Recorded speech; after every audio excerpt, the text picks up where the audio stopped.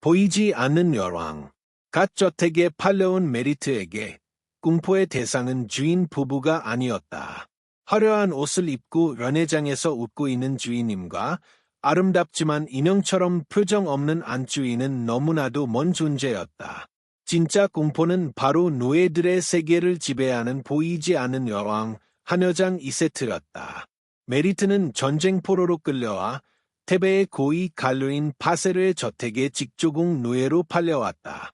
저택의 화려함에 잠시 넋을 잃었던 것도 잠시, 그녀는 곧 이곳의 진짜 질서를 깨달았다.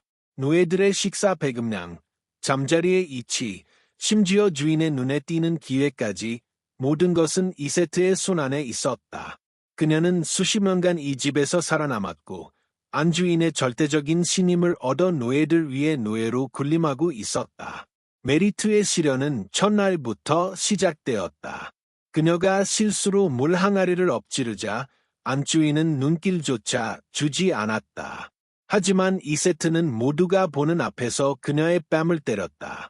이 집에서는 나의 허락 없이는 물 한 방울도 낭비할 수 없다. 그 싸늘한 목소리는 주인님의 무관심보다 더 무서웠다.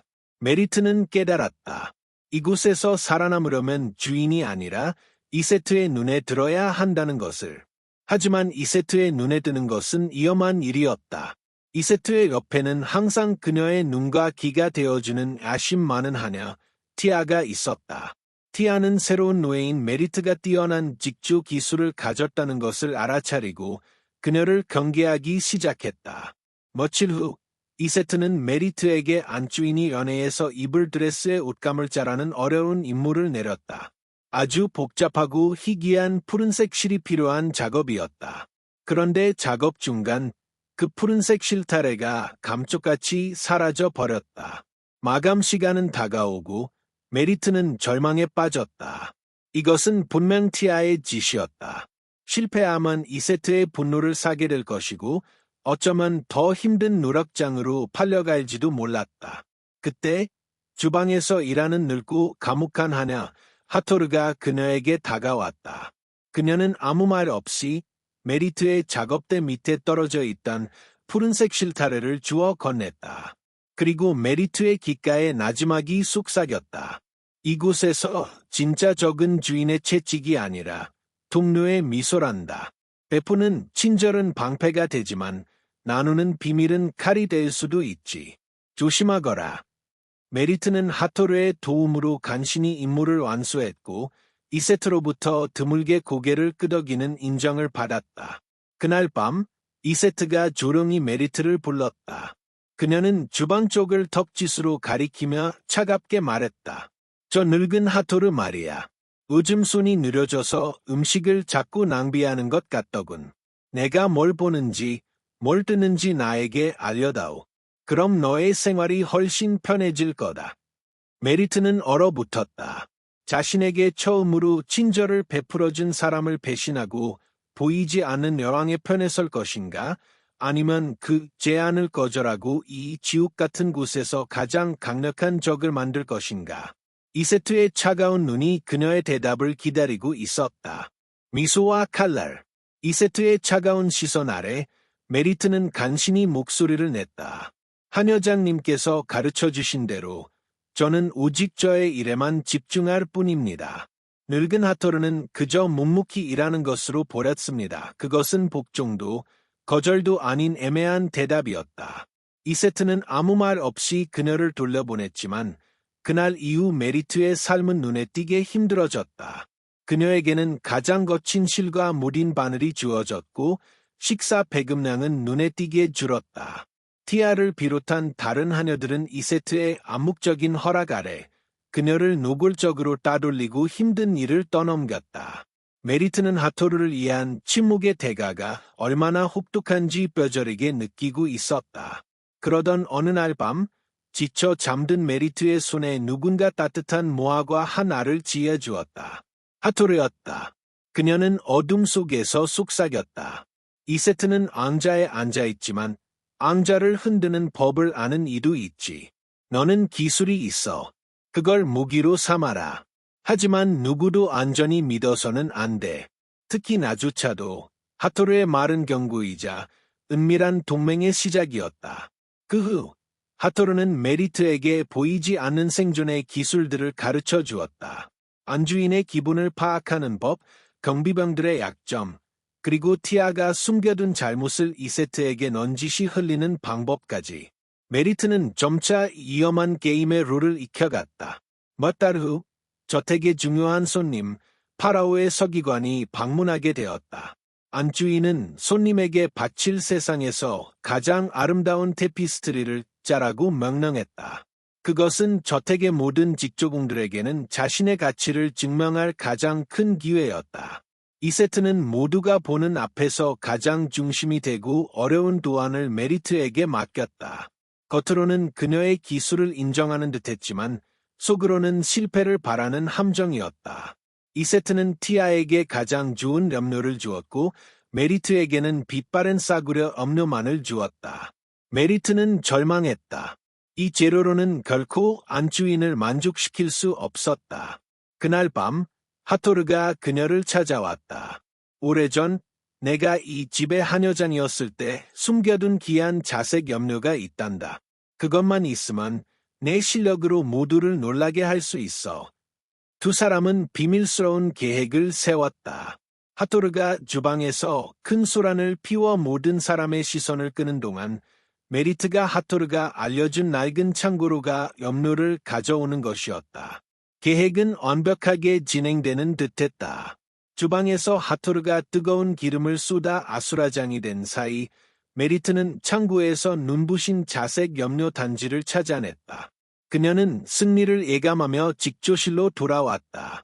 하지만 그녀를 기다리고 있던 것은 어둠 속에 서 있는 티아의 비우는 얼굴이었다. 정말 저 늙은이를 믿은 거야? 티아가 속삭였다. 메리트가 무슨 말이 나는 듯 쳐다보자 티아가 잔인한 진실을 밝혔다. 이 모든 것은 하토르의 계획이었어.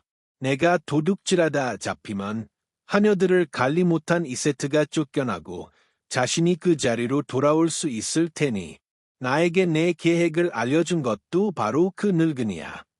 메리트의 머릿속이 하얗게 비었다.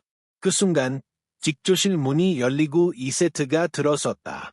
그녀의 차가운 시선이 메리트의 손에 들린 값비싼 염료 단지와 티아의 이기양양한 얼굴, 그리고 메리트의 절망적인 표정 사이를 오갔다.